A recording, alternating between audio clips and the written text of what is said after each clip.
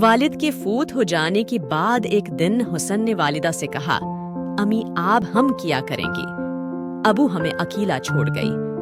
میں پڑھ لکھ کر بڑا آدمی کیسی بنوں گا؟ ایسا نہیں کہتی بیٹا، میں ہوں نا میں۔ دروازے کی ٹھک ٹھک سے امی کی بات دھوری رہ گئی۔ ابو کے نام پارسل آیا ہی امی؟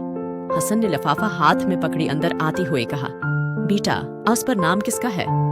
نہیں امی، آس پر کسی کا نام نہیں۔ حسن نے لفافہ کو کھول کر دیکھا۔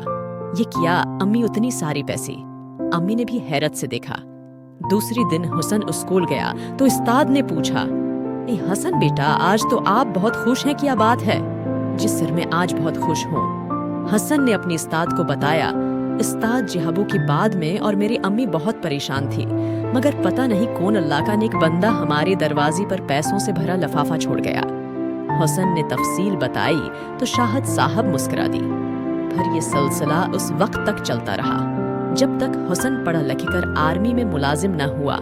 ایک دن استاد کے ہاتھ میں بہت سے کتابیں تھیں، جن میں سے ایک زمین پر گر گئی۔ اس میں سے ایک خاکی لفافہ بھی وہیں گر گیا۔ حسن قریب ہی کھڑا تھا۔ اس نے دیکھ لیا کہ لفافے پر اس کے ابو کا نام اور گھر کا پتہ لکھا تھا۔ اب وہ جان چکا تھا کہ ہر مہینے پیسے کون بھیجتا ہے۔ سالوں گزر گئے۔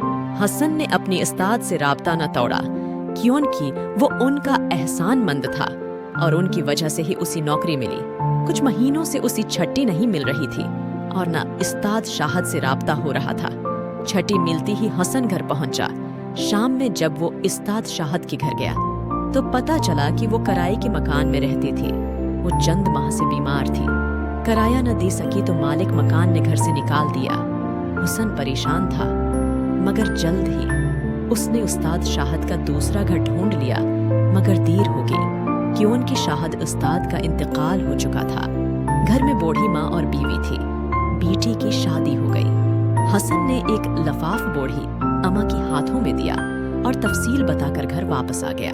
اب حسن کو جب تنخواہ ملتی تو وہ ہر ماہ تہورا رقم لفافے میں ڈالتا اور مرحوم استاد کے گھر کی چوکھٹ پر گھنٹی بجا کر رکھا آتا۔